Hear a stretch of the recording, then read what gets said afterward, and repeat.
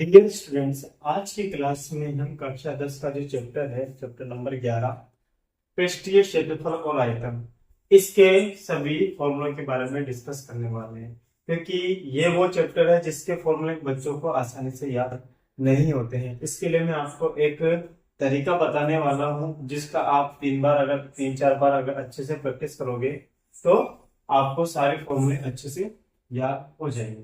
ठीक है, तो शुरू करते हैं आज का वीडियो। तो सबसे पहले आपको लिख लेना है बेलन, शंकु, अर्धगोला, गोला, घन, घना। और यहाँ पे लिख लेना है आपको वक्रपृष्ठीय क्षेत्रफल या चारों दीवारों का क्षेत्रफल।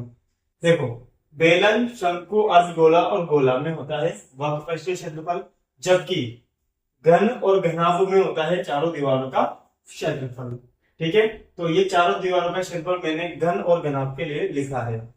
ठीक है, फिर आपको लिख लेना है संपूर्ण पृष्ठीय क्षेत्रफल और आयतन।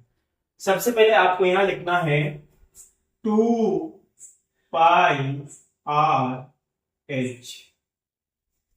यहां भी लिख लेना है 2πr/h और यहां भी लिख लेना है 2πr/h।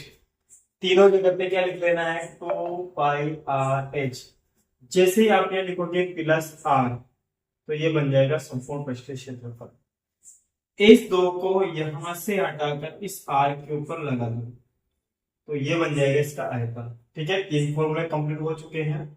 वक्रपृष्ठीय क्षेत्रफल, बेलन का संपूर्ण पृष्ठीय क्षेत्रफल, बेलन का आयतन।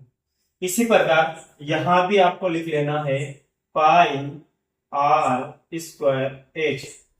ठीक है, दोनों अब शंकु के आयतन में इतना सा डिफरेंस है कि आगे 1/3 आता है तो आपको लगा लेना है। चार फॉर्मूले कंप्लीट हो गए। ठीक है, उसके बाद शंकु का वक्रपृष्ठीय क्षेत्रफल आपको ध्यान रखना है।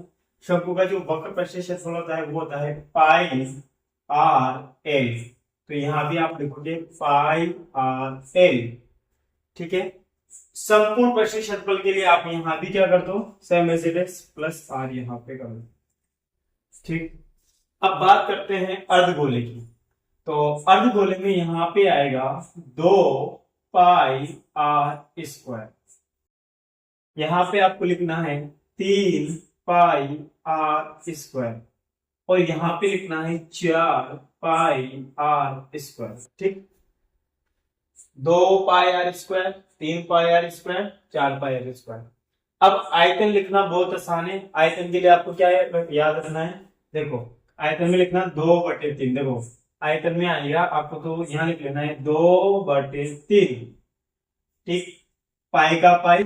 और एक बात ध्यान रखनी है, आयतन में आता है क्यूब, तो आपको ऐसे ध्यान रखना है कि यहाँ पे 3 घात लगानी है, क्यूब लगाना है। ठीक है, तो देखो बहुत सिंपल तरीके से आप आयतन बना सकते हो। 2/3 पाई और r³। अब गोले की बात करते हैं। ये अर्धगोला है, ये पूरा गोला है। छोटा सा डिफरेंस यहाँ 2 है तो यहाँ पे आपको 4 कर देना है बस। 4/3 πr³। इस तरह से आप इतने आसानी से याद कर सकते। अब बात करते हैं घन और घनाभ की। तो मैंने अभी थोड़ी देर पहले आपको बताया था घन और घनाभ में वक्रपृष्ठीय क्षेत्रफल नहीं होके क्या होता है, चारों दीवारों का क्षेत्रफल, लेटरल सरफेस एरिया, या फिर इसको बोला जाता है एरिया ऑफ फोर वॉल।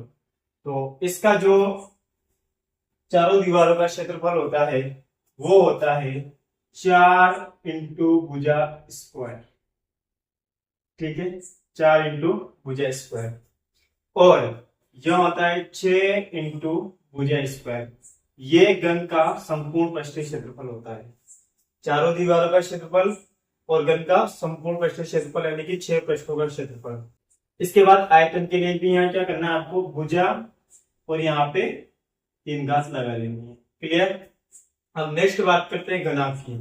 तो घनाभ का जो चारों दीवारों का क्षेत्रफल होता है वो होता है 2 कोष्ठक लंबाई प्लस चौड़ाई इंटू ऊंचाई।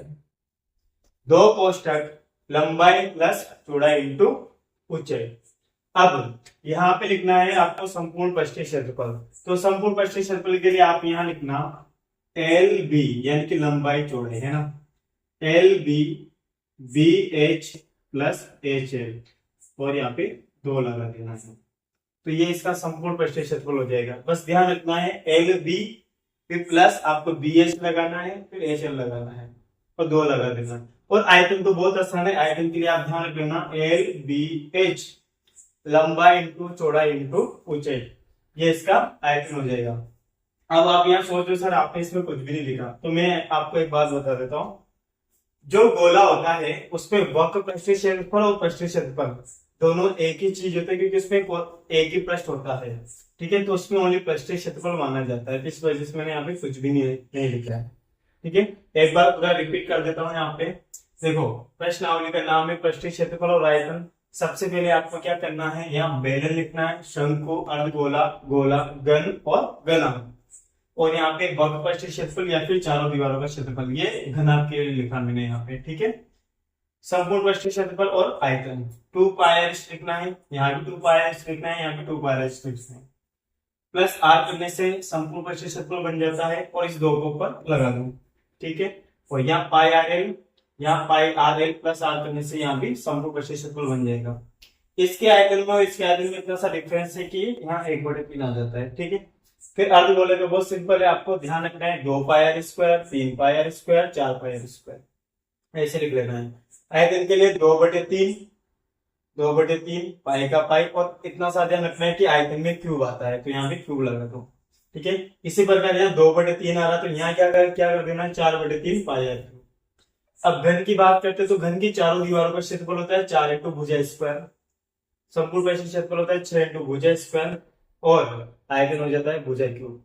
इसी प्रकार घनाभ की 4 दीवारों का क्षेत्रफल होता है 2 कोष्ठक लंबाई प्लस चौड़ाई इंटू ऊंचाई, और 6 दीवारों का होता है 2 कोष्ठक L B plus B H plus H L, और आयतन होता है एल बी। इस जो मैंने आपको टेबल बनाई है, इस टेबल की अगर आप 3 से 4 बार अच्छे से प्रैक्टिस करोगे तो ये आपको आ जाएगी। जब भी आपको एग्जाम में फॉर्मूले से काम पड़ेगा तो आपको जाते पहले टेबल बना लेनी है, उसके बाद उस फॉर्मूले से रिलेटेड कोई सा भी क्वेश्चन आए तो आप उसको सोल्व करके आ सकते हो।